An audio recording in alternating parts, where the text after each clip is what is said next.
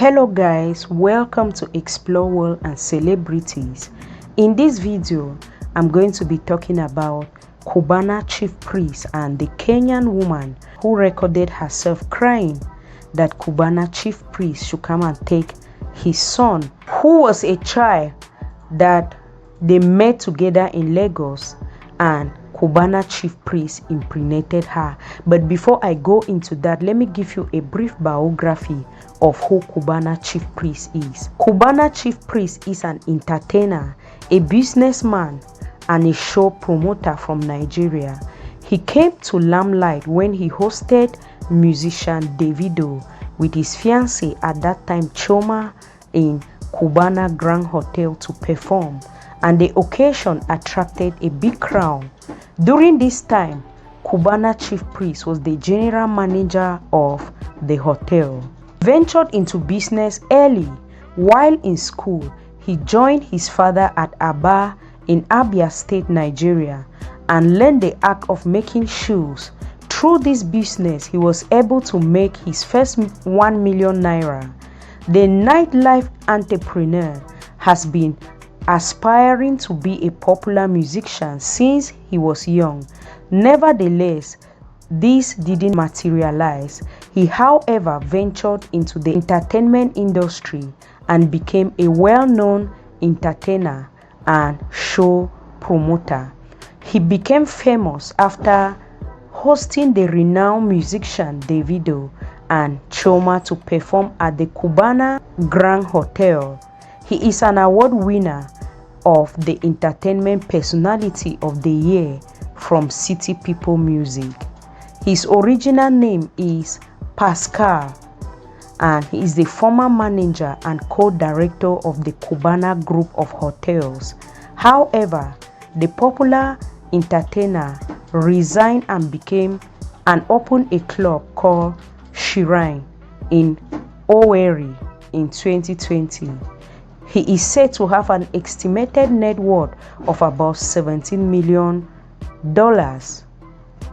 Keeping that aside, let's go back to the story of him and the Kenyan woman. Let's listen to what the woman has to say concerning the child that she had with Cubana chief priest in this video. You've threatened me, my life is in danger. I don't even know what your plans are.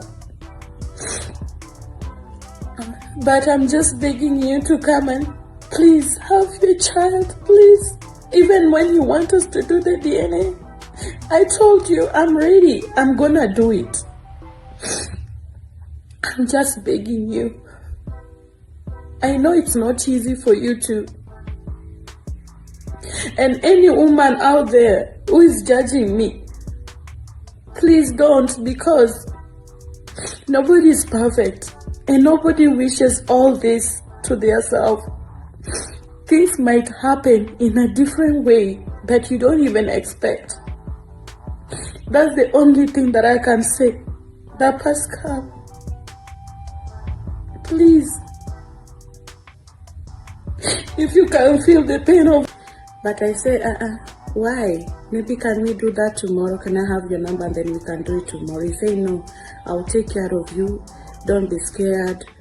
All stuff.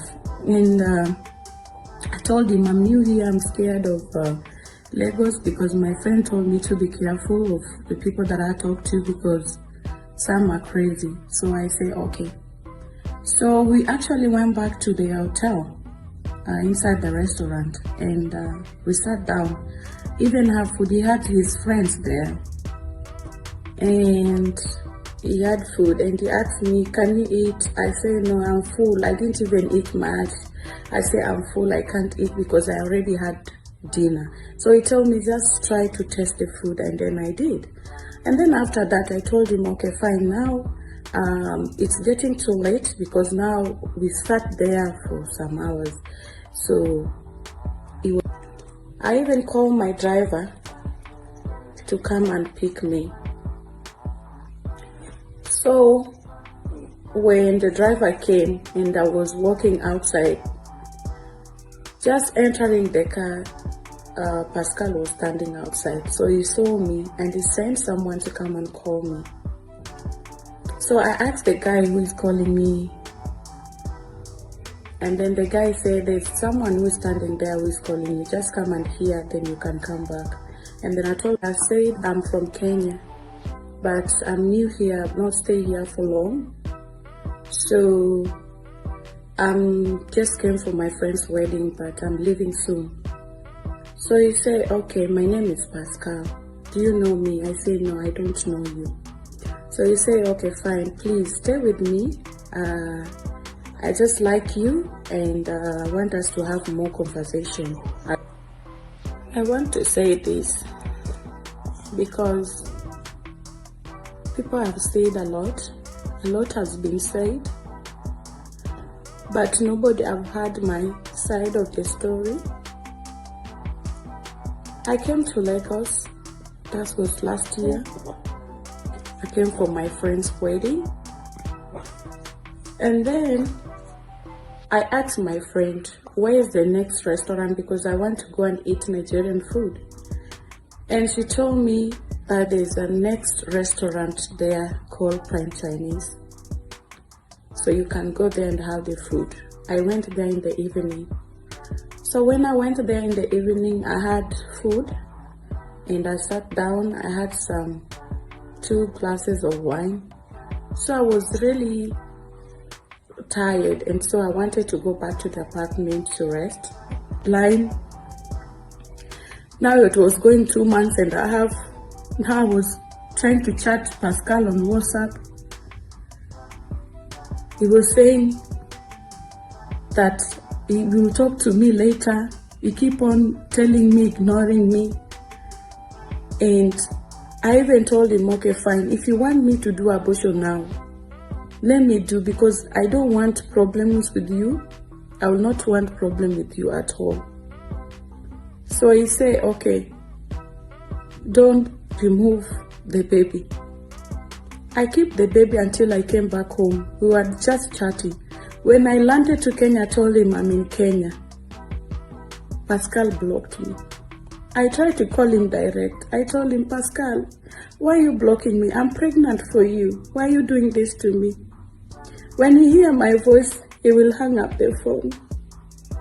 I suffer. But what I can say today, I forgive you. I forgive you for the insult. I know it's not easy for you too, and me too. But I pray for you that no matter what, please bear with me. Just help your child. Because as you can see now, I don't have anything. I've used all my savings since I was pregnant up to now. I'm begging you.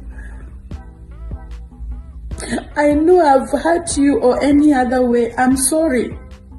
But please, for the sake of your baby. I've been crying so much and begging you, but you never. I sent him the baby. That was a hour when I gave birth. He sent the emoji of puking. And he said that thing can never be his son. He's saying this bastard child can never be his. His money is for his family. I'm a shower. He said too much things to me. But I told him, Pascal, I forgive you for everything that you did to me and your child. Mama, I know I'm not perfect.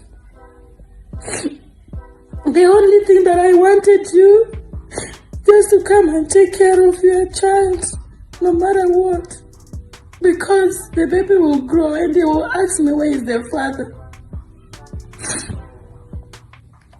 I know single women out there, it's not easy. Nobody wishes all this. DPA has investigated that case for more than 2 years. All the facts we have now have been known to us from the beginning of our investigation, said DPA Family Law Clinic. However, we did not want to rush to reveal these facts because of several reasons. We saw that the case was set to play out on the social media, at least initially, and people on social media tend to react based on emotions rather than on facts and logic. The man in question is a master player of the social media and will easily slay the people against the lady regardless of the evidence. Further, there is a hostile mindset against women in Nigeria. Many will blame the woman for the adulterous relationship, but praise the man for the same relationship. Further, the woman had been forced to stay out of Nigeria by intimidation and pressure. Therefore, she was not immediately available for DNA paternity tests, which could conclusively set forth the truth. So she had to lie low, and we had to investigate calmly. Time is the greatest solution to this sort of challenge, even though the mother and child had to suffer for so long. We are certain about the following facts. The first fact: the mother of the child is not a Nigerian. She was visiting Nigeria when the man met her, wooed her, and seduced her, and started a romantic relationship with her. Second fact: the woman did not know the man was married until she was 3 months pregnant. The fact may sound strange to an average Nigerian because the man has not been popular on social media, and people on social media knew that he was married. However, take the case back to early 2022 for a non-Nigerian who was just visiting Nigeria for other reasons, and she did not know the man. In fact, we examined the communication between the two on day one. The man had to introduce himself the way he would introduce himself to someone who did not know him at all. Also, we discovered that the man cancelled his marital status, at least until the lady became pregnant. One thing any investigator must first try to determine is whether the witness or complainant is telling the truth. We have put this woman through all manner of tests to determine if she was lying to us or if she could be misleading us. Consistently, we came to the conclusion that she is not lying. Those things we could verify independently were accurate. We could trust her testimonies, while we verified most of them. That when he opted for unprotected sex, the woman warned him that she could get pregnant. They discussed it, and the man told her he wanted a girl child. Fact number 4. As professionals, we look at the way the man denied the woman when the story came out. He did not just deny the pregnancy, knowing the woman at all. So, it was easy for us to tell that he was lying when we saw evidence of the man paying for the woman's ticket and accommodation in Nigeria. It is like in a rape case. In his defense, the suspect of rape has the option of saying that he was never had sex with the victim or that he did it with her consent. If the suspect chooses to deny ever having sex with the victim, any evidence of his sperms in her body will almost lead to the conclusion that he had such sex without her consent. Hence, so if you said that you didn't know the woman, evidence that you paid for her ticket led us to conclude that you lied almost about everything else. Number 5 fact: this woman is not a gold digger because she did not know initially how rich or otherwise the man was. She might have discovered it after their first time together, after meeting him in a very expensive hotel in Lagos. It will be obvious that the man has money, But we do not hold this against the woman. In deciding to keep a pregnancy or to get pregnant for a man, it is natural that a wise woman will consider whether the man is capable financially or raising such child. So if this woman allowed the pregnancy because the father is a rich man, that is a perfect rational behavior. So it does not change anything. Number 6 fact. The fact that the man made no effort to find out the truth, having been told he was the father, was something indicative of avoiding non-truth or trying to suppress non-truth. But it was also inhuman to leave your child and his mother to suffer for such a long time. Indeed, it would be inhuman to leave an ex-girlfriend and her child, even from another man, to suffer like that. The 7th fact. The father of the child follows one popular Nigerian musician on all his tours. But when that musician went to the country where the lady and child live, the father did not go there with his friend, the musician. The only concert performed by that musician in the past 5 years that the father of the child did not attend was the concert performed in the country where the lady lived. Yet the lady still found her way to meet this musician to see if he could talk to the father of her child. The 8th fact. The lady is an ordinary woman who struggled to make a living like most average single ladies. Abandoning her and with a child is inhuman and cruel.